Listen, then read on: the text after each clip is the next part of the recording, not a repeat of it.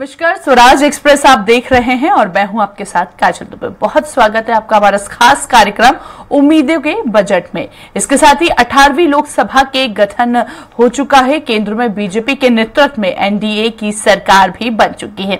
अब देश की अर्थव्यवस्था को पटरी पर लाने का काम भी तेजी से किया जा रहा है और अब सबकी निगाहें मोदी सरकार के तीसरे कार्यकाल के पहले बजट पर टिकी हुई है। इसी मुद्दे पर है हमारा खास कार्यक्रम उम्मीदों का बजट। देखिए,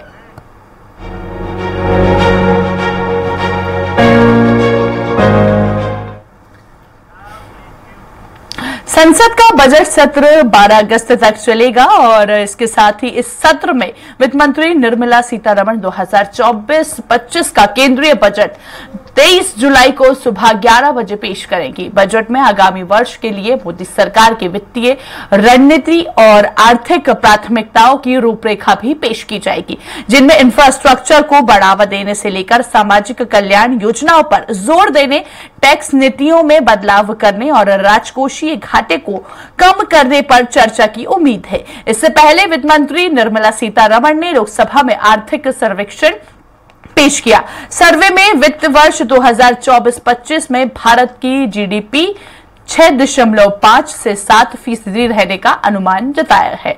साथ ही अनिश्चित वैश्विक आर्थिक प्रदर्शन के बावजूद घरेलू वृद्धि चालकों ने वित्त वर्ष 2023-24 में आर्थिक वृद्धि को समर्थन दिया है। भू राजनीतिक तनाव बढ़ना और उसका प्रभाव आरबीआई की मौद्रिक नीति के रुख को प्रभावित कर सकता है।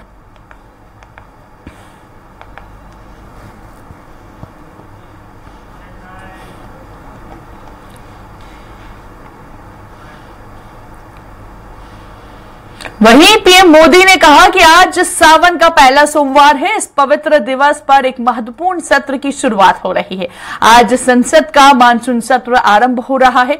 देश बहुत बारीकी से देख रहा है कि संसद का यह सत्र सकारात्मक हो और देशवासियों के सपनों को सिद्ध करने के लिए एक मजबूत नींव रखने वाला हो। उन्होंने कहा कि मैं देशवासियों को जो गारंटी देता रहा हूं, उन गारंटियों को जमीन पर उतारना इस लक्ष्य को लेकर आगे बढ़ रहे हैं। यह बजट अमृतकाल का महत्वपूर्ण बजट है। हमें 5 साल का जो मौका मिला है, हमारे 5 साल की दिशा तय करेंगे। 2047 में जब आजादी के 100 साल होंगे, तब विकसित भारत का सपना पूरा करेगा। पीएम ने आगे कहा कि मुझे आज बहुत दुख के साथ कहना है कि कुछ सांसद 5 साल के लिए आए, कुछ को 10 साल का मौका मिला, कई को अपने क्षेत्र की बात करने का मौका ही नहीं मिला, क्योंकि कुछ दलों की नकारात्मक राजनीति ने देश की संसद के महत्वपूर्ण समय को अपनी विफलताएं ढांढने के लिए दुरुपयोग किया। मैं देश के सभी सांसदों से, किसी भी दल के क्यों न हो, मैं आज आग्रह पूर्वक कहना चाहता हूं कि हम गत जनवरी से लेकर के हम लोगों के पास जितना सामर्थ्य था, उस सामर्थ्य को लेकर के जितनी लड़ाई लड़नी थी लड़ ली। जनता को जो बतानी थी बता दी। किसी ने राह दिखाने का प्रयास किया, किसी ने गुमराह करने का प्रयास किया, लेकिन अब वो दौर समाप्त हुआ। देशवासियों ने अपना निर्णय दे दिया। अब चुने हुए सभी सांसदों का कर्तव्य है, सभी राजनीतिक दलों की विशेष जिम्मेवारी है कि हमने दल के लिए जितनी लड़ाई लड़नी थी लड़ ली। अब आने वाले 5 वर्ष के लिए हमें देश के लिए लड़ना है, देश के लिए जूझना है, एक और नेक बनकर के जूझना है। मैं सभी राजनीतिक दलों से भी कहूंगा कि आइए हम आने वाले 4 साढ़े 4 साल दल से ऊपर उठ करके सिर्फ और सिर्फ देश को समर्पित होकर के संसद के इस गरिमापूर्ण मंच का हम उपयोग करें। मोदी सरकार के तीसरे कार्यकाल पूर्ण बजट से आम जनता काफी उम्मीदें लगाए बैठी है। छत्तीसगढ़ की महिलाओं का कहना है कि उन्हें घर चलाने में महंगाई का सामना करना पड़ रहा है। इस बजट से उन्हें महंगाई कम होने और गैस सिलेंडर के दामों में कमी होने की उम्मीद है। व्यापारी वर्ग का कहना है कि इस बजट में जीएसटी का सरलीकरण किया जाना चाहिए, जिससे कि छोटे व्यापारी में जीएसटी को लेकर जो डर है वो खत्म हो सके। छत्तीसगढ़ के किसानों की मांग है कि उन्हें फसलों का उचित दाम मिले। युवाओं ने इस बजट से रोजगार की उम्मीदें लगाई है। अलग अलग वर्गों के लोगों से बात की हमारे संवाददाता गोपी कृष्ण साहू ने। देखिए।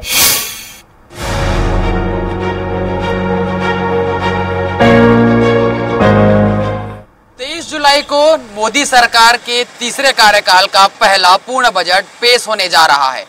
बजट को लेकर छत्तीसगढ़ की जनता क्या चाहती है, किस तरह की उम्मीदें उन्हें बजट से है, महिलाओं को, युवाओं को, किसानों को, व्यापारियों को किस तरह की उम्मीदें इस पूर्ण बजट से है, इन तमाम वर्गों के लोगों के मन की बात हम जानेंगे कि उन्हें बजट से क्या कुछ उम्मीदें हैं, किस तरह की रियायत वो इस मोदी सरकार के तीसरे कार्यकाल के पहले पूर्ण बजट से चाहते हैं। आइए। क्योंकि अब सेंट्रल में भी गवर्नमेंट बीजेपी की है और छत्तीसगढ़ में बीजेपी सरकार है, तो हमारी उम्मीद है कि वहाँ से फंड्स जो है छत्तीसगढ़ की डेवलपमेंट के लिए कुछ ज़्यादा एलोकेट होंगे। इस बार हमारा स्टेट एक कृषि प्रधान स्टेट है, तो हमारी उम्मीद है कि एग्रीकल्चर के लिए कुछ अच्छा बजट आएगा, सब्सिडीज आएंगी फर्टिलाइजर्स के लिए, जिससे कि किसानों को थोड़ा प्रोत्साहन मिले। इसके अलावा क्योंकि छत्तीसगढ़ आप जानते हैं कि छोटे छोटे उद्योग यहाँ पे बहुत हैं और यहाँ के लोग थोड़ा छोटे उद्योग लगाने में ज़्यादा इंटरेस्टेड रहते हैं अपार्ट फ्रॉम एम्प्लॉयमेंट, तो कुछ नई सब्सिडीज एमएसएमई के लिए, छोटे उद्योगों के लिए हमारी उम्मीद है कि आएगी, जो कि हमारे स्टेट और हमारे लोगों को भी बेनिफिशियल रहेगी। सर, जैसे आप देखेंगे कि अभी जब फेब में बजट आया था वो अंतरिम बजट था जिसमें काफ़ी चेंजेस आए नहीं थे, बट इस बार पूर्ण बजट आने वाला है तो इसमें आम जनता और सभी वर्गों को उम्मीद है कि काफ़ी चेंजेस आएंगे जिससे उनके ऊपर पॉजिटिव इम्पैक्ट पड़ेगा। अगर आप लास्ट बजट में देखेंगे या लास्ट ईयर में देखेंगे तो ग्रोथ रेट जीडीपी की 10% थी, 8 से 10% थी, परंतु कंजम्पशन की दर जो है सिर्फ 4% थी। तो इसलिए गवर्नमेंट का पूरा फोकस इस बार कंजम्पशन के ऊपर रहेगा जिससे कि कंजम्पशन का दर बढ़े। जैसे एग्जांपल के लिए हम देख सकते हैं कि इंफ्रा में इन्वेस्टमेंट बढ़ा सकती है। इंफ्रा में तो वैसे बहुत सारे सेक्टर कवर है, परंतु बेसिकली इसमें डिफेंस, रेसिडेंशियल और रेलवे इसके ऊपर फोकस रहेगा ज़्यादा और इसमें फंड का एलोकेशन भी बढ़ेगा, ऐसा मुझे उम्मीद है। और इसके अलावा अगर आप देखेंगे कि कैपिटल गेन के ऊपर 1 लाख तक की छूट है, इसको बढ़ाने की उम्मीद है क्योंकि 1 लाख से जब 5 लाख होगा तो उसमें इन्वेस्टमेंट भी बढ़ेगा और कंजम्पशन की दर भी बढ़ेगी डायरेक्टली इनडायरेक्टली रूप से। इसके अलावा आप देखेंगे कि अपील में अगर कोई करदाता जा रहा है तो उसमें 1.5 से 2 साल तक के उसका निपटारा होने में टाइम लग रहा है जिससे कि एक निगेटिव इम्पैक्ट पड़ रहा है। तो अधिकारी की एक रिस्पॉन्सिबिलिटी बनाना चाहिए जिससे टाइमली उसका कंप्लायंस हो सके और लोगों का कानून के ऊपर विश्वास बढ़ सके। इसके अलावा अगर आप देखेंगे पिछले 2-3 सालों में स्लैब रेट में कोई चेंजेस नहीं आए हैं, तो उसमें भी संभावना है कि चेंजेस आएंगे। अभी 5 लाख तक की छूट है। हम ये अपेक्षा करते हैं कि जो पर्सनल इनकम टैक्स रेट है और कॉरपोरेट इनकम टैक्स रेट है, उन दोनों के बीच का जो डिफरेंस है वो आज की डेट में बहुत ज़्यादा है और उसको कम करना चाहिए। 2019 में कॉरपोरेट टैक्स रेट्स कम हुए थे पर इनकम टैक्स पर्सनल जो है वो कम नहीं हुए हैं। आज 22 से 25% कॉरपोरेट टैक्स रेट्स हैं जबकि इंडिविजुअल टैक्स रेट्स 30 से 35% तक जाते हैं। इस अंतर को ख़त्म करना चाहिए और personal income tax rate corporate income tax rate से कम होना चाहिए ताकि लोगों को ज़्यादा से ज़्यादा इसका लाभ मिले और देश की इकोनॉमी में इसका कंजम्पशन बढ़ेगा और इससे सरकार को लाभ होगा। केंद्र सरकार से आग्रह है, वैसे तो केंद्र सरकार ने बहुत सारे अच्छे काम किए हैं किसानों के लिए, लेकिन वर्तमान में किसानों के लिए और भी आवश्यकता है। जैसे कि फसल बीमा की हम बात करते हैं तो फसल बीमा में किसी किसान को ही इसका लाभ मिल पाता है, सब किसानों को इसका लाभ नहीं मिल पाता। इसके लिए जो नियम एवं शर्तें हैं उसको घटाना चाहिए और घटा करके बिल्कुल सहजतापूर्वक किसानों की जो क्षतिपूर्ति होती है उसको पूरा देना चाहिए। इसके अलावा एक बात और कहना चाहूँगा कि किसान सम्मान निधि के तहत जो राशि 6,000 रुपया दिया जाता है, कृषि प्रधान भारत देश में किसान विभिन्न समस्याओं से जूझ रहा है। बिजली, पानी, खाद, बीज से लेकर बाजार तक उसको अनेक समस्याओं का सामना करना पड़ता है। सिंचाई के मामले में आज 30% तक अटका हुआ है। शासन को चाहिए कि नए बांध बनाकर तथा पुराने बांध में जल ग्रहण क्षमता बढ़ाकर विशेष करके सीका शेर जो एक्स्ट्रा पानी नदी में चला जाता है उसको नहर बनाकर गंगरेल से जोड़ा जावे। इस प्रकार के कार्य केंद्र सरकार को करने चाहिए। केंद्र सरकार द्वारा किसानों को हिदायत दी जाती है कि जैविक खेती किया जाए। किसान रुझान लेते हैं जरूर, लेकिन उत्पादन 50-60% ही आता है, तो उसके हिसाब से जैविक उत्पादन को केंद्र सरकार द्वारा निर्धारित रेट और मार्केटिंग की सुविधा बनाई जाए। दूसरी चीज़ पशुपालन में शासन द्वारा केवल 30-32 रुपये किसी दुग्ध किसान को मिलता है, वही पैकिंग में अगर चला जाता है तो 80 रुपये लीटर में वह दूध बिकता है। तो उसका जो फ़ायदा है वो कंपनी या मार्केटिंग करने वाले होता है, तो उसको सहकारी समिति दुग्ध समिति को रेट बढ़ाई जाए, तभी किसानों के हित होगा। गैस का दाम कम होना चाहिए, राशन पे कमी होना चाहिए। देखो हर चीज का दाम कितना बढ़ते जा रहा है, महंगाई को लेके हम लोग को बहुत कष्ट है। हाँ, रिटायर होने के बाद सरकार को वो नहीं करना चाहिए कि उनका भी इनकम टैक्स काटे। हाँ, कहाँ से घर चलाएगा आदमी? मानो बच्चे सबके बाहर से वो हो गए, हम यानी हमारा उतने में नहीं चाह, हम इनकम टैक्स कटवा, हम कहाँ से खाएंगे, कहाँ से घर खर्च चलाएंगे? हमारा भी तो जिम्मेदारी है। हाँ?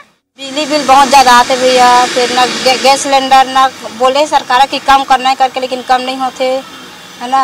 और ये ज़्यादा हो ये क्या बोलते सब्जी भाजी के रेट कम नहीं करते ये सब चीज़ राशन के सामान का कम करना है, ये सब चीज़ के ना। हाँ, वैसे तो कम बजट रहेगा तो आदमी बहुत कुछ कर सकते हैं।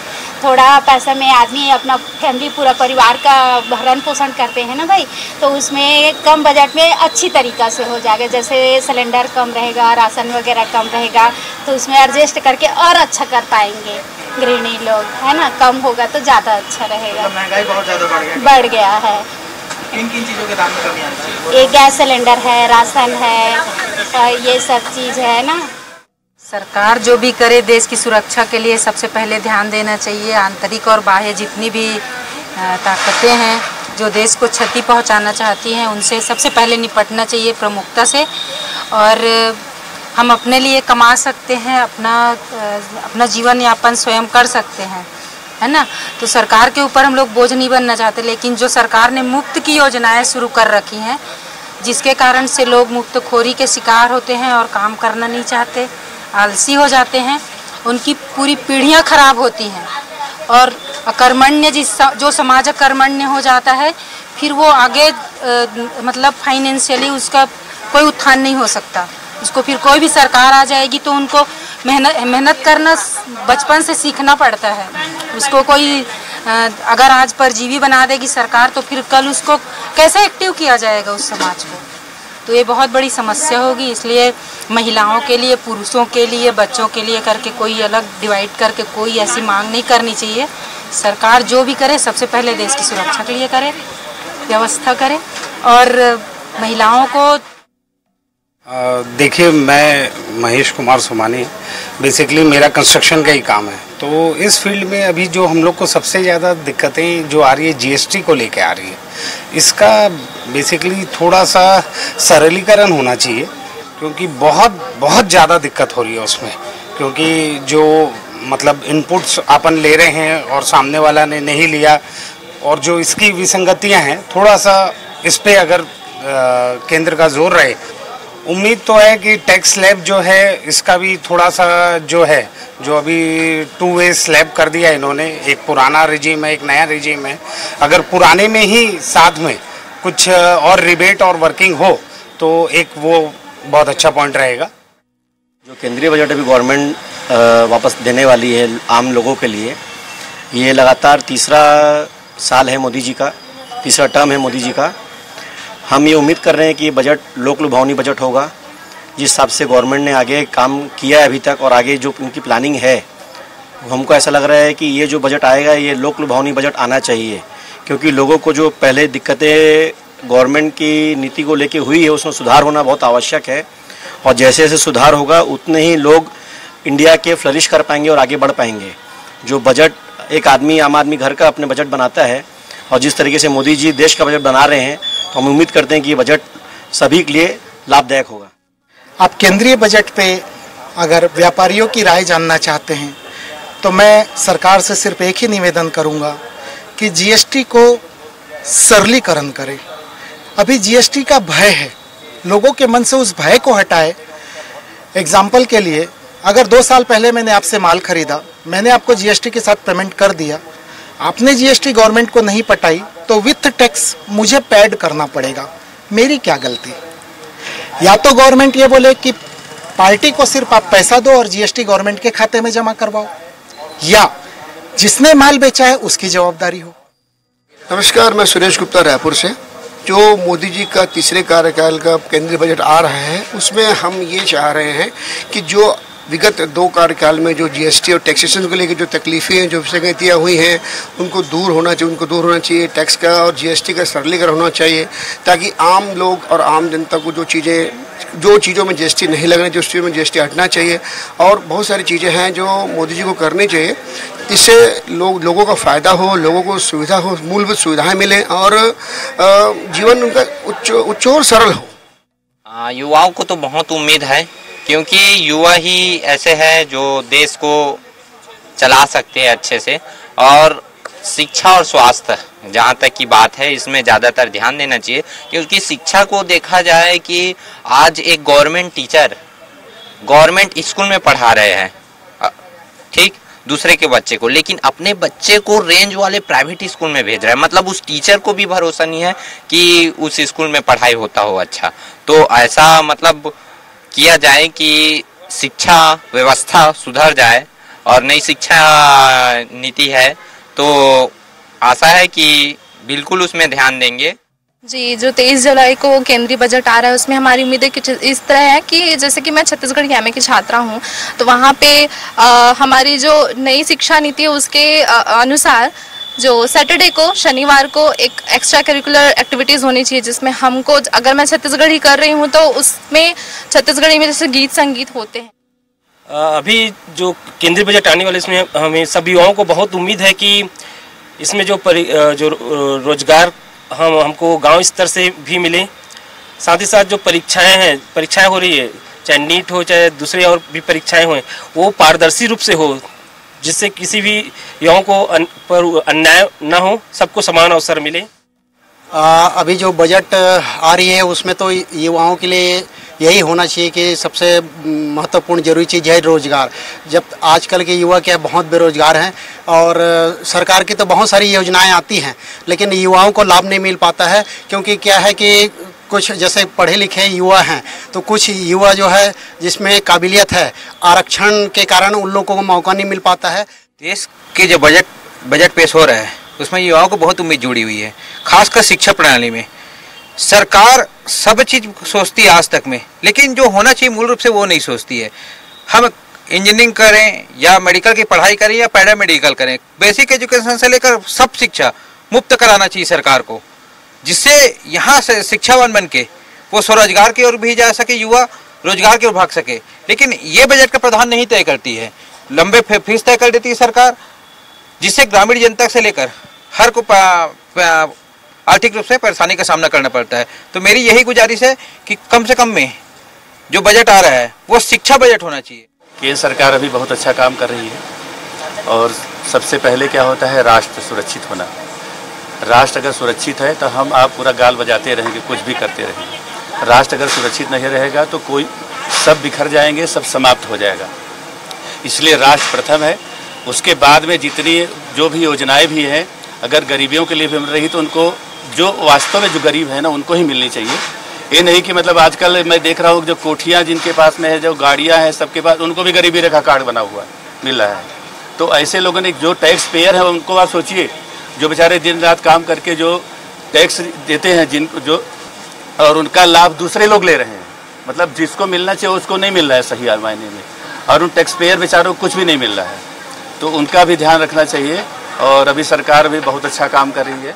हमने सभी वर्गों का मन जानने की कोशिश की। युवाओं का कहना है कि रोजगार के अवसर प्रदान करें, शिक्षा की जो बेहतर है वो इसमें की जा सके। वहीं स्वास्थ्य की सुविधाएं जो है उसे एक अपडेट जरूर किया जाए ताकि स्वास्थ्य की सुविधाएं सभी वर्गों को मिल सके। वहीं जो सीए है, जो कर सलाहकार हैं, उन्होंने उम्मीद जो है वो जताई है कि किस तरीके से ये बजट आने वाले समय में हो सकता है। व्यापारी वर्ग का कहना है कि जीएसटी का सरलीकरण किया जाना चाहिए। महिलाएं गैस सिलेंडर के दामों में कमी के साथ साथ राशन में भी कमी की जो है वो उम्मीदें लगाई बैठी ताकि देश में महंगाई कम हो। इसकी उम्मीदें काफी जो महिलाएं उन्होंने लगाई है। साथ ही किसानों का कहना है कि उन्हें उनके उपज का समर्थन मूल्य के साथ उनके प्रॉपर सभी फसलों का खरीदी हो। उन्नत कृषि के लिए क्या कुछ सरकार करेगी, ये भी बजट में उसके लिए भी उन्होंने उम्मीदें जताई है। फिलहाल अब 23 जुलाई को जब मोदी सरकार के तीसरे कार्यकाल का पहला बजट पेश होगा, इसमें क्या कुछ निकल कर सामने आएगा ये देखने वाली बात होगी। कैमरा पर्सन सूर्यकांत गौतम के साथ में गोपी कृष्ण साहू, स्वराज एक्सप्रेस, रायपुर। इकोनॉमी सर्वे के बाद अब सदन में केंद्रीय वित्त मंत्री निर्मला सीतारमण वित्तीय वर्ष 2024-25 के लिए बजट प्रस्ताव पेश करेंगी। संस्कार धानी के लोग बेहद उम्मीद है उनको कि इस बजट के माध्यम से लोगों को महंगाई और बेरोजगारी से राहत मिलेगी। आइए जानते हैं संस्कार धानी के लोगों की बजट से उम्मीदें।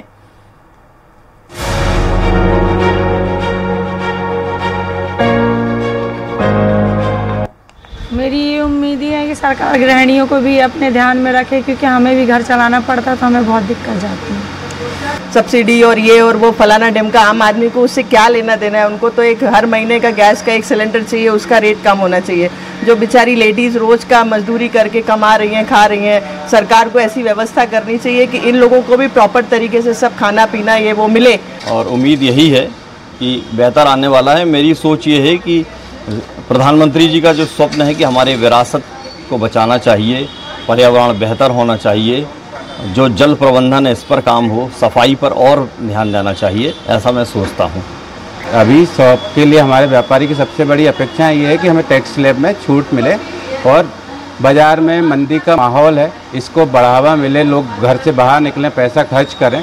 ये कुछ अच्छा मैं सोचता हूँ रुझान मिलेगा आगे चल के। अगर इसमें टैक्स में कुछ छूट मिले हम लोगों को तो सब लोग बाहर निकलेंगे और खरीदी करेंगे अच्छे से। हमारा तो ये कहना सीनियर सिटीजन के लिए कोई अच्छी स्कीम है। जो ईपीएफ पेंशनर्स हैं उनको पेंशन में कुछ मिलते ही नहीं, पैसे उनके जमा है लाखों रुपए, उनको ब्याज के हिसाब से यदि उनको दे तो पेंशन बढ़नी चाहिए उनकी। केंद्र सरकार से हमें यही उम्मीद है कि वो जनता के हितों में फैसले लेगी और बजट के अनुरूप पेट्रोल, डीजल, रसोई गैस के दामों को जो 2014 के पहले थे उसी रेटों पे लेके आएगी ताकि आम जनता को उससे राहत मिल सके।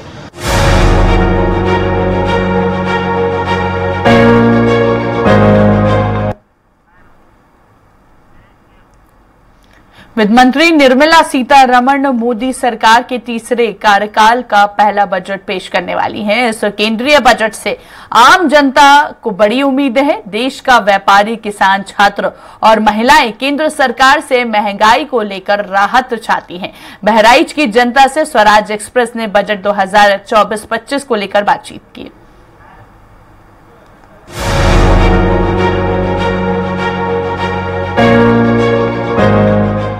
हम लोग को ये उम्मीद है गृहिणियों को सरकार थोड़ा सा महंगाई पर ध्यान दे। जैसे रसोई गैस का है और खाने पीने का सामान है, बच्चों की फीस है, ये सब चीज़। ये रसोई गैस है और कड़वा तेल है, रिफाइंड है, ये सब चीज़ें हैं। यही है जैसे सब्जियों के दाम है, ये सब चीज़ों का थोड़ा सा कम होना चाहिए। राहुल राय मेरा नाम है और किसान जो है वो गरीब किसान हमेशा सरकार से एक आशा करता है कि हमारी सरकार किसानों के लिए बजट में कुछ ना कुछ देगी। इस बार भी हम लोग आशा लगाए हुए हैं कि सरकार हमारी कुछ ना कुछ किसानों के लिए बड़ा एक ऐतिहासिक कदम कुछ उठाएगी। जैसे किसानों की एक मांग है एमएसपी, जिसमें देश भर के तमाम किसान उस बात को, कितना किसान आंदोलन हुआ, सब कुछ हुआ। मुझे लगता है कि सरकार को इस पे एक शांतिपूर्ण तरीके से विचार करना चाहिए, सहानुभूतिपूर्वक, और किसानों की इस मांग को मान लेना चाहिए। सरकार यही आग्रह कर रहा हूँ कि जो बजट पास हो वो विद्यार्थियों के हक में हो। विद्यार्थी कई मेरे ऐसे मित्र हैं जो पढ़ाई एजुकेशन टैक्स इतना हो जाता है, महंगाई इतनी है एजुकेशन पे, किताबें इतनी महंगी है, फीस इतने महंगे हैं, तो कहीं ना कहीं पढ़ाई नहीं कर पाते हैं। हमारे एक दोस्त है यहीं पे ही है नीलेश, तो वो भी पढ़ाई काफ़ी करना चाहता है, बस एजुकेशन की किताबें महंगी है, तैयारी नहीं कर पाते इस वजह से, क्योंकि एजुकेशन पे जो टैक्स है वो काफ़ी महंगे है। तो मैं सरकार से यही आग्रह करता हूँ कि विद्यार्थियों के हक में ये टैक्स का बजट जो भी हो वो होना चाहिए, और ताकि विद्यार्थी अपना भारत देश के प्रति पढ़ाई लिखाई करके एक भारत विदेश में नाम रोशन कर सके। कहीं ना कहीं जो भारत सरकार द्वारा ये बजट आ रहा है, कहीं ना कहीं शिक्षा इस बेस पे बहुत उच्च लेवल पे जा रही है कि कहीं कहीं गरीब लोग भी होते हैं जो इस कापी किताब नहीं खरीद पाते हैं, या फिर फीसेस कहीं ना कहीं अत्यधिक होती है। तो यही सरकार से उम्मीद है कि कहीं ना कहीं इन सब चीज़ों पर भी गौर करके और फिर बच्चों के हित के लिए सोचा जाए। उम्मीदें बजट से ये है कि आने वाला बजट सभी व्यापारियों के लिए, सभी आम जनता के लिए एक अच्छा बजट हो, ताकि उसमें लोगों को राहत की सांस मिले। जीएसटी में कोई संशोधन नहीं हो रहा है, जिसके वजह से व्यापारी बहुत परेशान हो चुका है। महंगाई बढ़ती जा रही है, जीएसटी में संशोधन हो जाएगा जिससे व्यापारियों को राहत मिल जाएगी। बस मैं यही चाहता हूं कि व्यापारी संघ बहुत बड़ा है, जिससे सरकार को बहुत ज्यादा उम्मीदें होती हैं, और सरकार ने उन्हीं व्यापारियों पर इतनी जीएसटी जो लगा दी है जिसकी वजह से वो बहुत ही परेशान हो रहे हैं, उसमें थोड़ा सा संशोधन करना चाहिए। बस यही कहना चाहता हूँ। सबसे बड़ी समस्या ये है कि महंगाई के समय में बच्चों की फीस हो या अन्य खर्चे हों इतने बढ़ गए हैं कि इसको लेके एक तो आयकर का टैक्स स्लैब जो है इनको बढ़ाना चाहिए, कम से कम 5 लाख किया जाना चाहिए, ताकि लोग जो है मध्यम वर्ग खास करके जो है अपने घर परिवार का पालन पोषण ठीक ढंग से कर सकें। दूसरी समस्या व्यापार में है जीएसटी की। जीएसटी की समाधान योजना जो है उस पर 1% जो है केंद्र सरकार ने निर्धारित कर रखा है। यदि इसको आधा % करके और सीधे कंपनी के बिल में एडजस्ट किया जाए, कंपनी का जो बिल बनता है वहीं से ये आधा % ले लें और कंपनी व्यापारी से वसूल ले, तो ये जो बीच का पचड़ा है ऑफिस का और ये क्या नाम जीएसटी विभाग का और दुनिया का, तो इससे जो है काफी कुछ समाधान हो सकता है। तो जो समाधान योजना है उसको जो है 1% से घटा के आधा % कर दे, तो इससे सरकार की आय भी बढ़ेगी और अनावश्यक जो है भागदौड़ से व्यापारियों को फुर्सत मिल जाएगी। इस बजट को लेकर हमारी उम्मीदें ये हैं व्यापारी गण की, इसमें जो है इनकम टैक्स का स्लैब जो है 5 लाख से 10 लाख का किया जाए, और जो जीएसटी को इजी बनाया जाए जिससे व्यापारी अपने तरीके से ही उसको सबमिट कर सकें, और एमएसएमई के जो लोन है वो व्यापारी गण को आसान से उपलब्ध हो सके, और जो भी सरकार की जो भी योजनाएं हैं वो योजनाएं धरातल पर 100% लागू हों।